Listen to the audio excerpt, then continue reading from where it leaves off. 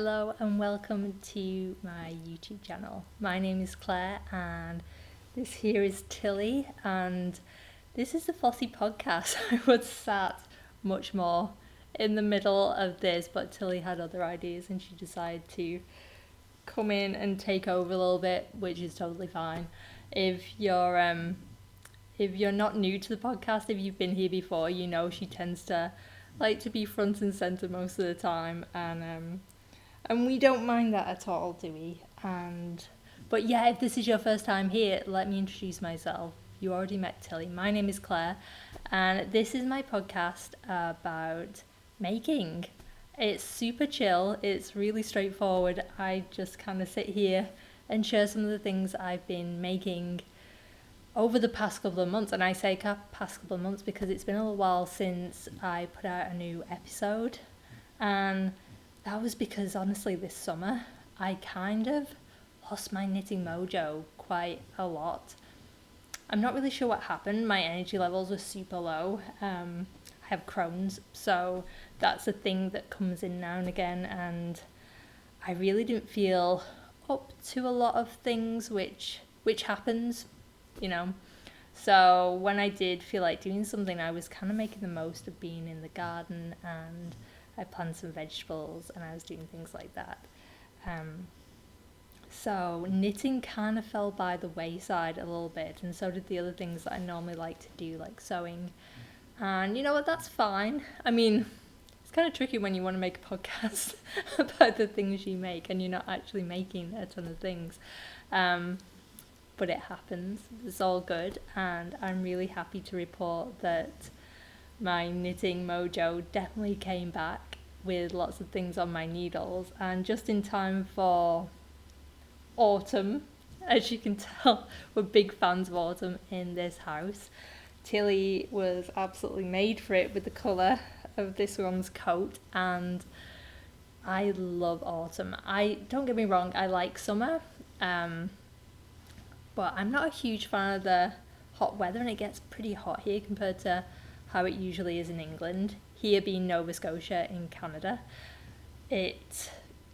compared to English summertime, which is mainly rain, it gets really hot here and quite buggy and humid, and it's not something that I particularly love. I don't mind it, but I definitely prefer the cold, crisp weather and the snow when it finally comes. So I'm really excited to be at this point now where I can start wearing my woolens again, and yeah, I'm just really excited to get some projects off and on my needles, and also do a few other things.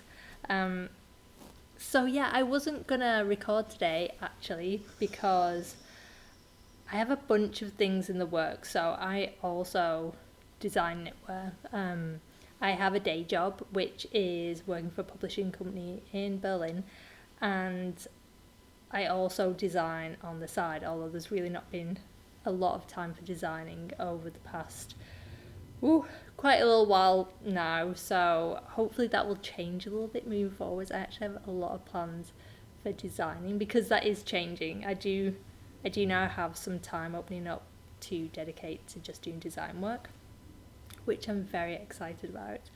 And I've got quite a few things planned, and because things are kind of in motion and half done and getting ready for testing it and things like that, I was kind of hesitant to record anything because I thought I don't really have anything to show you today in terms of design work.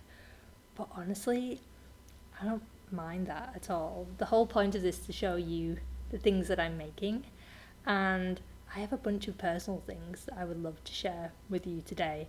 Some projects that I'm in, well, they're all in progress things, but something, well, you'll see in a minute. One of the things is super cute, and it has a lot of like little bits to it, so I'm going to show you that in a minute. And then I've also got some new to me yarn that I wanted to share with you, and a sewing project. So, but before we do all of that, let me tell you what I'm wearing today. And this is a jumper that I finished. It was at the beginning of summer, but by the time I finished it, it was way too hot for me to actually wear it. So I thought I would put it away and save it for autumn, and now I can finally put it on. And this is my Vanilla Heirloom sweater from the Sustainablist company, and I'll link everything below in the comments below, so you can see what everything is. And I've knit it in double soft merino from Knitting for Olive, and I love this pattern. It has a compound raglan, which means it you can kind of see. Ooh, I'm doing this in reverse. It kind of has a slight curve. I can't do that backwards. There we go. It kind of curves to the shape of your body a little bit more, and that's because the increases are more spread out. So a traditional, all the increases happen just right in those top rows, and then you work even. This is all spread out across the yoke, so it creates more of a curve. And I find this really fits me well, and I really like it. It's a top-down sweater. It works for a ton of different gauges in the pattern. You just need to knit your gauge swatch and then match your gauge to a particular size, and then you can just follow the instructions from there. And I love that because it means if I have like a rogue, not that I have a rogue sweater quantity of yarn, but if I have something that I bought yarn for another project and then it's not going to quite work and I just want something a little plainer, then I know I can always fall back on this pattern, which is brilliant. So I finally get to wear this, but I am going to be completely honest with you, because there's going to be a lot of that in this podcast, because I've made some weird mistakes along the way. I've been knitting a long time, but I'm a huge advocate for learning to knit, but I think sometimes it can be a little bit intimidating if people watch podcasts and people are just churning out these perfect finished objects. They're not always perfect, and this one definitely isn't, because I don't know how I did it, but if you look at my sleeves, the cuffs are like two completely different lengths. I don't know how I did that.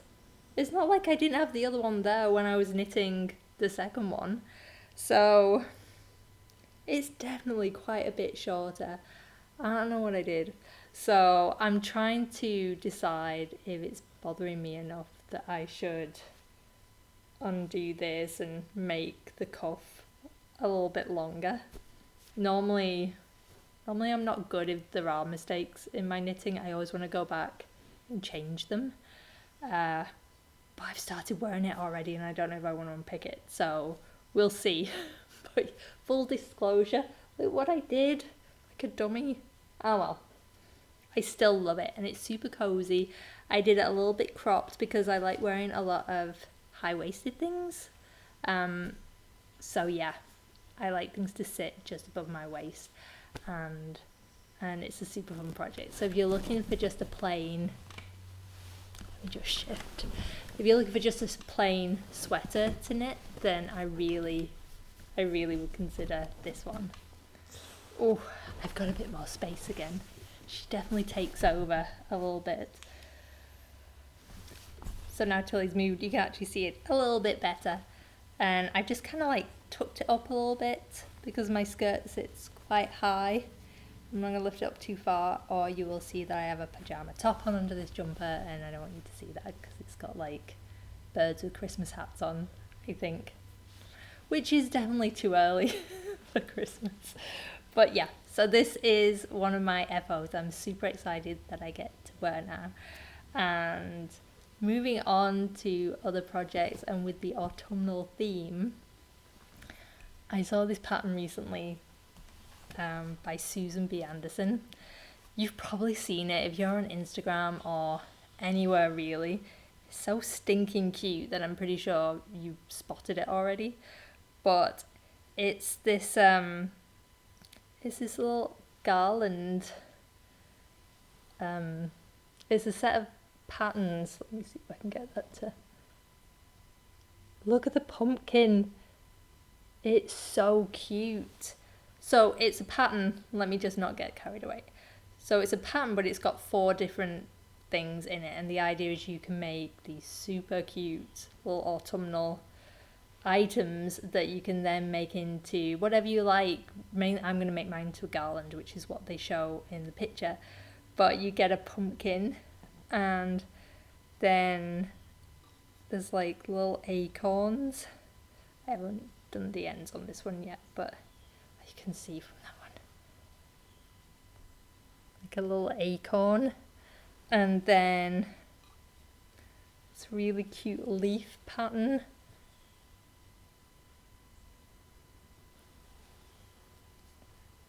And then I think this is my favourite thing of all, even though this is the one that takes the longest, and I was going a little cross-eyed because I was trying to do it at night and my yarn's quite dark. But it's a pine cone. How cute is that? I was so excited when I saw it. It was one of those times you ever just see a pattern, and I already have a ton of other things on my needles, but I was like, yep, I gotta get that on my needles, and I've got to make an autumnal little thing. Because as you know, I love autumn. So, this is a pumpkin in progress. So I've knit it, and then what you do is you kind of stitch through and then collect it all up so it squishes down into like this really cute little pumpkin shape. But I'm so smitten with the whole thing. I'll put the link below. If like me you're a sucker for anything that just looks really cute and autumnal, and I'm always looking for different things to decorate the house with, but that it's not going to be things where I'm just buying it and you have to like, I don't know, what am I trying to say? Like, I'm always looking for handmade things to add to like the house decor, that even though they're not necessarily up year round, although let's face it, I might keep this up for quite a long time, it's nice to have things that I'm not just going to throw away at some point. And I know even though these are a little bit more work, especially this pine cone, I know I'm going to keep it forever, and it's going to be that thing that I get out as soon as the leaves start turning and put my little garland up. So I'm so excited about it. I'm kind of being a little geeky, but yeah, this is from Susan B. Anderson. I think she's designed it. Is it for Barret Wool Company? I might be saying that wrong. I'm going to put the link below. I'm going to find everything, and I'll also show a little picture as well of the garland. And yeah, if you're looking for something really sweet and fun to make, and you don't want to tackle any big projects, like instant gratification, you know what I mean, this is the pattern to do it. So, and I'm keeping it all in this really like sweet wooden bowl, so it's just making me really happy because I get to keep it on my coffee table. So yay, that is one of the projects on my needles. They get on and off very quickly, but you need quite a few of them. So next project I'm working on, I'm keeping it in my gorgeous project bag, which I'm still super smitten with, and it's a sock that I pulled the needle out of. Shocker, but never mind. This is the Betrayal sock, and it's just one sock now. This is the first one I've done, and I'm not a huge sock knitter, but I saw this pattern in issue 6 of Making Stories magazine, which is the magazine company, the publishing company that I work for is Making Stories, and they published issue 6 at the beginning of September.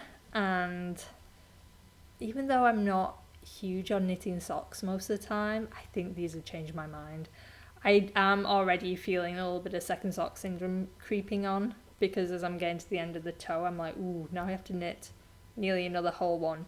But I'm definitely going to do it because these are just so pretty.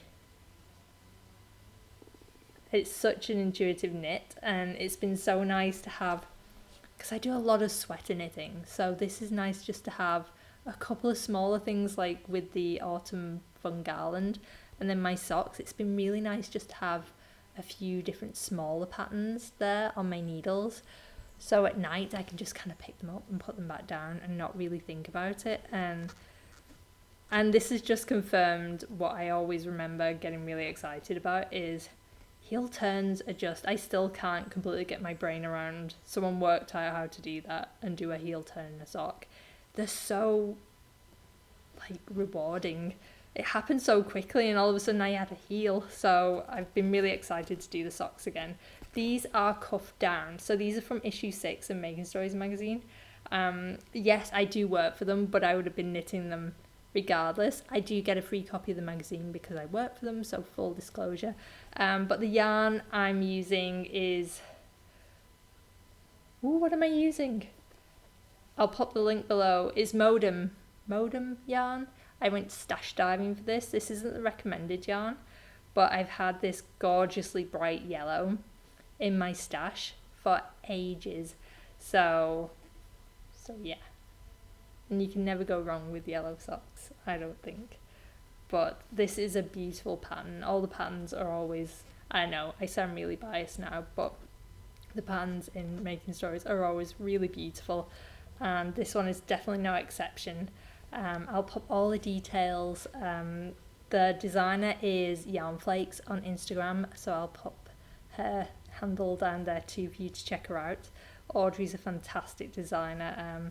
I've worked with her a couple of times now over at Making Stories, and she's also just super sweet. So yeah, those are the Betrayal socks. Hopefully by the time I see you again, I will have 2. But also, I'm super slow at knitting, so I'm not going to promise anything. But yeah, definitely check them out because they're really fun. And while I'm here in my bag, I'm going to give you a really quick update on my watershed scarf. This is something I was knitting in the last podcast, and because I've been so busy and then my knitting mojo left me, I haven't got as far as I wanted to, but I have got a little further than when you last saw it. Ooh, now I get it out again. I really want to get it on my needles and finished because I love this scarf. It's so pretty. So this is also from Making Stories. Again, I know I sound biased, but the patterns in issue 5 are also just beautiful. And this scarf is the watershed scarf, and as soon as I saw it, I thought, I'm not really a scarf knitter, but ooh, now these 2 tones of yellow, I'm really digging them. So can you tell what my favourite colour is? All the yellow all the time. So, but yeah, at the moment, as you can tell, not even on a needle because I had to pinch my needle for another project, but that's nearly done now, and I can whip it back on and hopefully get a bit further on this because I really want to have it for before autumn's over because it's such a beautiful colour. So this is Duruma Natura. Again, I will link all the yarn below. And this is Gilet base. I'm going to say all those things completely wrong, so I apologise in advance. But it's just beautiful. The way the cables pop. It's a woolen spun yarn, and it makes it almost 3D. And it's just lovely. So yeah, that's a quick update. Not as far in that as I hoped, but I'll be able to get back to it really soon. So yeah, so those are the projects. Those are some of the projects on my needles at the moment, but those are the ones we're going to focus on today. And I really want to try and get a lot of those done sooner than later. Before I cast on anything else, I did get some more yarn, which I'll probably show you in the next podcast, to make another sweater, which is another pattern from Making Stories that I saw. But I'm not casting that on just yet. I'm very excited to knit that one, but I really want to get some of these projects done. And like I said, I do have some different design things in mind, especially a little something for Halloween, which hopefully will work as I want it to in my brain. So, but these are the things that I'm going to be focusing on in the next couple of weeks, including my little autumnal garland. So I'm planning to be back with another podcast around Halloween. So hopefully you'll see the garland. Maybe I'll be wearing my scarf by then, but I'm not going to jinx it because, like I said, I'm a super slow knitter. So, and I don't want to put any pressure on it. But those are the things that are on my needle at the moment. But I also have some new to me yarn that I thought I would share with you today, because part of doing the podcast and also with my personal projects and my design projects is I want to kind of look at some local to me yarns and kind of explore Canadian yarns. It feels funny to call Canadian yarns in general local because this country is so big. I always knew it was a big country, but coming from England, which is like this tiny island, once I kind of got a scope for just how far it is to even fly across the country. Calling Canadian yarn local yarn to me, I mean, it really isn't.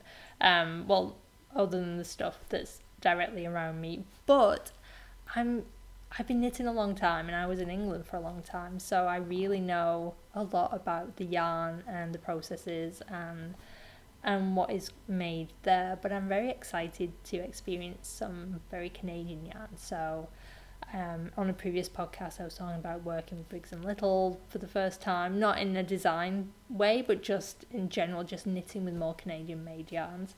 And I have two that I'm excited to share with you today. They're both in the skeins. You're okay. They're both in the skeins. Still haven't had time to get them on my needles or play around with them. But the first one I want to show you is this one. So this is from the Sunday Fibre Co. I first spotted the yarn on another podcast, which is a podcast based in Vancouver. And again, I'm kind of blanking on Northern Knits and Pearls. I think it's called Northern Knits and Pearls. I watch the podcast, but as soon as I get in front of the camera, my brain turns into a sieve. So I apologise. I'll put all the detail below though. Which I know a few people have commented on my podcast, which is lovely, saying it was really nice to see more of a Canadian-based podcast.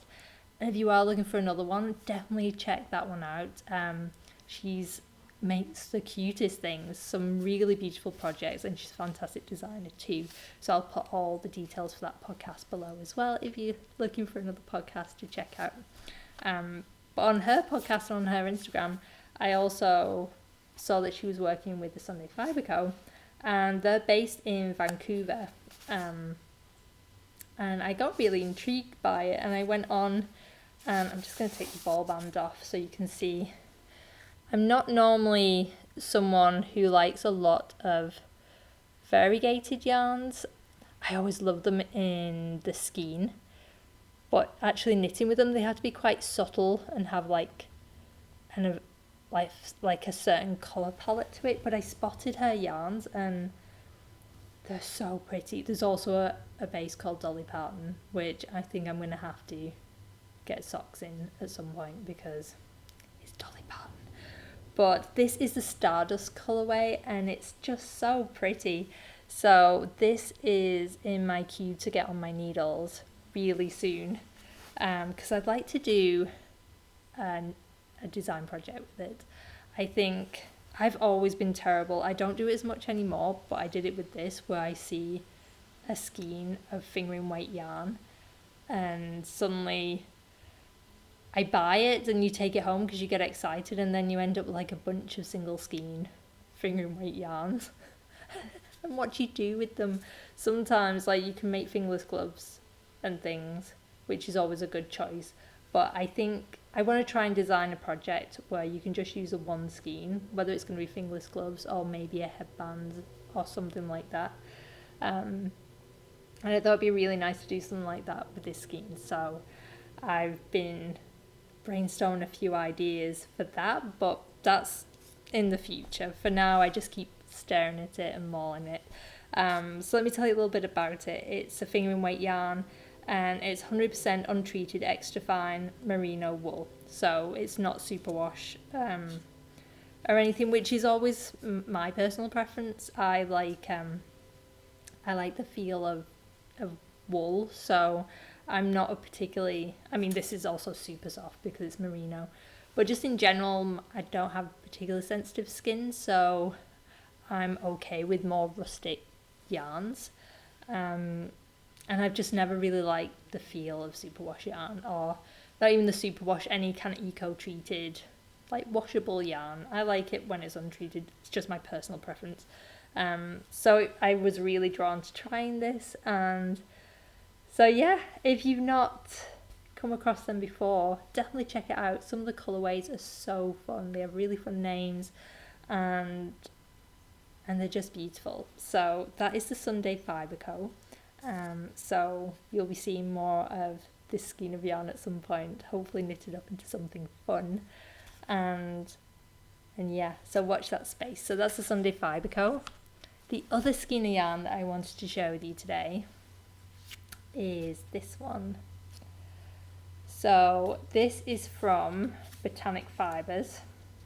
Wait, there's a sticker in the way. This is from Botanical Fibres. Here's the band. I was in, I guess not my local yarn shop because they're in Lunenburg, which is about an hour's drive from here. But one of my favourite yarn shops, which is the Mariner's Daughter. They are so nice over there. They're always so friendly, and they stock some of the most beautiful yarns around. They really are lovely, and I noticed on their Instagram account that they were stocking Botanical Fibres, and I was like, what's that then? So I went and kind of found the Botanical Fibres Instagram, and I started following them, and they're here in Nova Scotia, which I'm really excited about. I'm not sure exactly where, I can't remember exactly where they are, because also Nova Scotia is really big. I get excited because I think, oh, Nova Scotia, they're really close to me, and then I actually look where they are, and Nova Scotia's huge. So I'm still getting my head around the size of the country, but I'm still, it's like in my province, and I was very kindly gifted this by Hannah at Mariner's Daughter for me to try out, which is super kind of her, and she's absolutely lovely. Like, they really didn't need to have done that. So I'm really excited to play around with this skein of yarn. So let me tell you a little bit more about it. So this is 74% baby Surrey alpaca and 26% silk. It's a light fingering. There's 300 meters in 500 grams. And this is the heirloom red colorway, which is this really pretty coral color. It's like a corally pink, although it's called heirloom red, but it's definitely more of like a pink color. And I am very smitten with it. So yeah, I'm getting that on my needle soon too as well. I've been trying to think what I could do with it. I know with like light fingering, especially floofy yarns like this, it kind of feels like the norm these days is to hold it double with something. And I've got some Garn Super Soft, which is like a very fine lamb's wool, which I think could be quite nice paired with this together if I wanted to hold it double with something. But I'd also like to try it just knitting with it as is.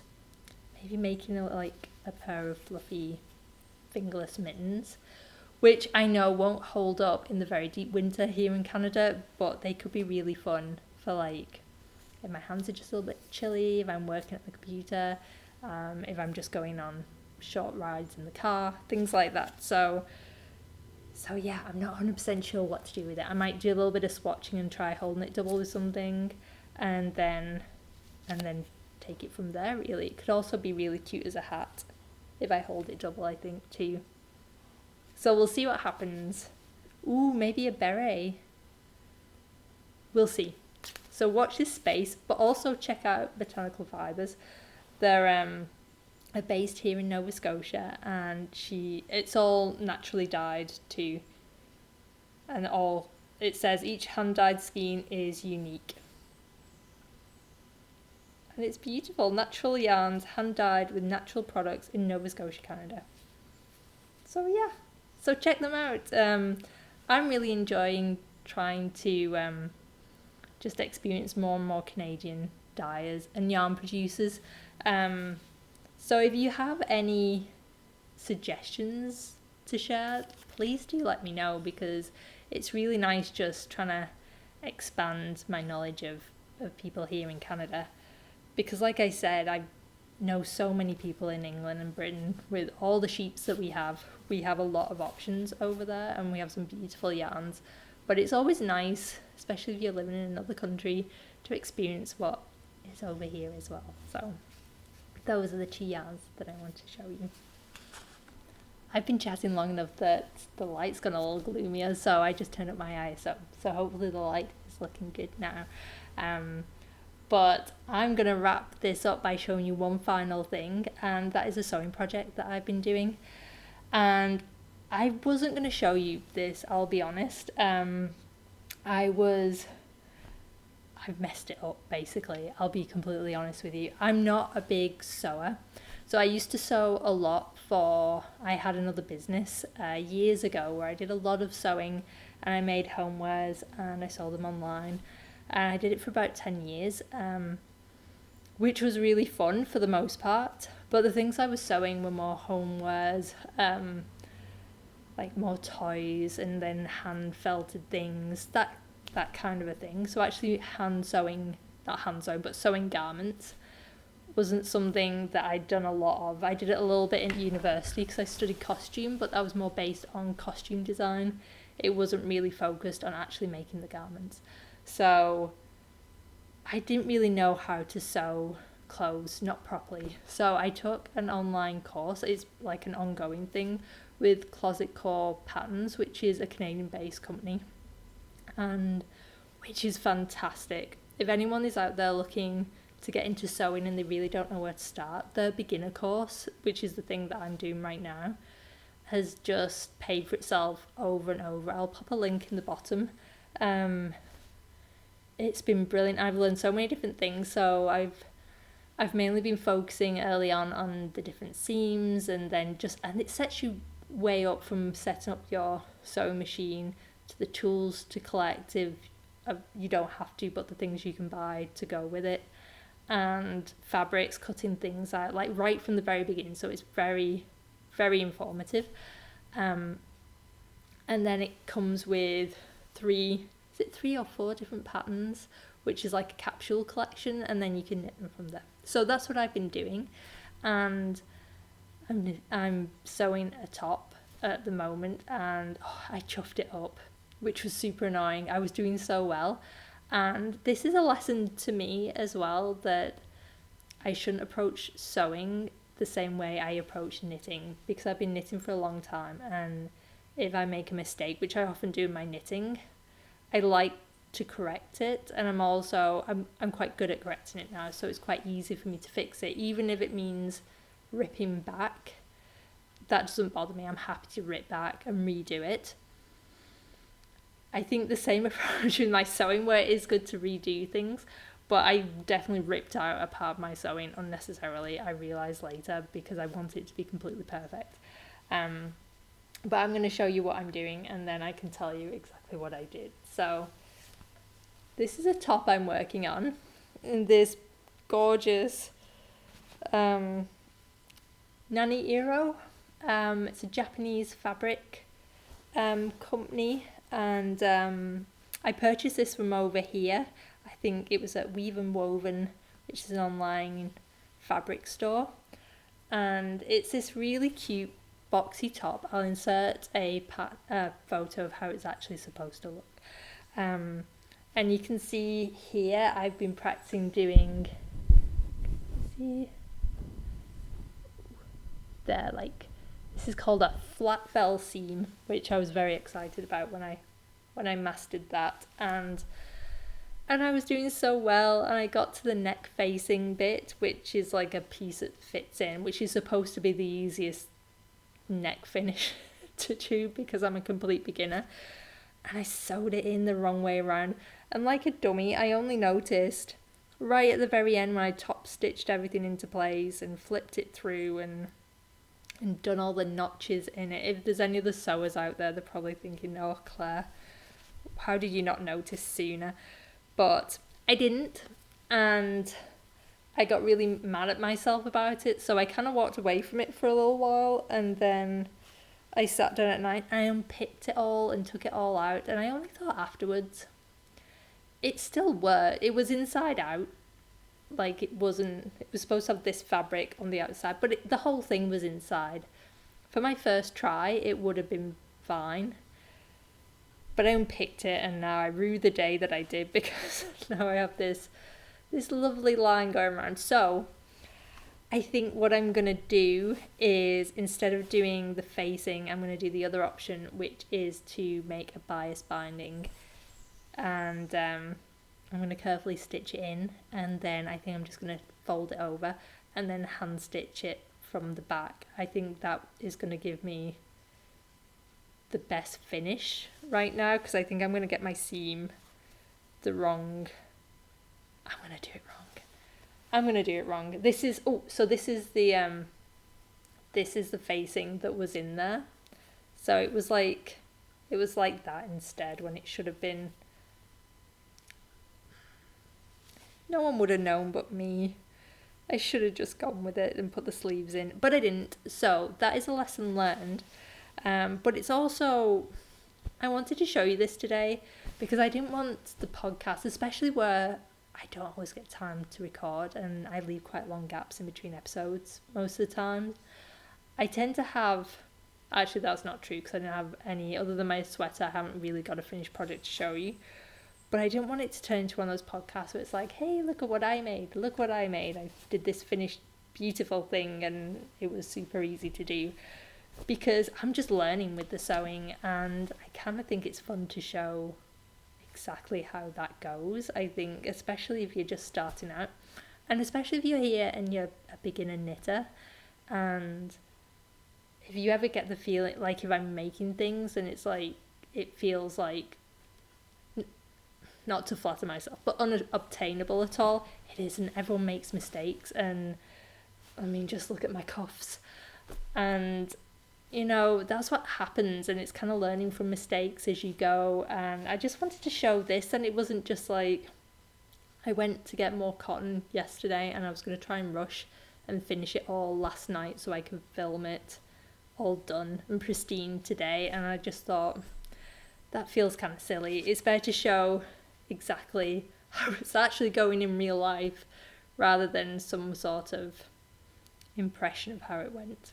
Because I'll be honest, there was some grumbling at my sewing machine going on, but it'll be all worth it when it's done, and hopefully I'll be able to show you really soon when it's finished and I get to wear it. Also, new lesson I've learned with sewing, don't get the fancy double gauze fabric straight away because you get excited, and try that for the first time when you're doing your first garment. That was maybe not the best idea. Excuse me. But again, lesson learned. I'm going to be able to use other fabrics in the future, which is a slippery slope, because if it's anything like my yarn stash, my fabric stash is going to get a little out of control. But I'm going to try not to do that. So yeah, so that's it. That's kind of what I wanted to show you today, and I hope you enjoyed your time here. Tilly has forsaken us for outside, but I'm going to go join her there and maybe start another pine cone and get a few more things sorted so I can add them to my garland and then show you that soon. And I hope you had a great time. I hope you're all safe, and thanks for joining me. If you stuck with my ramblings to the end, thank you so much, and I will see you next time, hopefully for a Halloween episode. We already have one pumpkin, although I have a feeling that's going to be made into a pie before I see you next, so I'll hopefully have new, bigger pumpkins with faces on. So that's everything. Take care, and I will speak to you soon. Bye.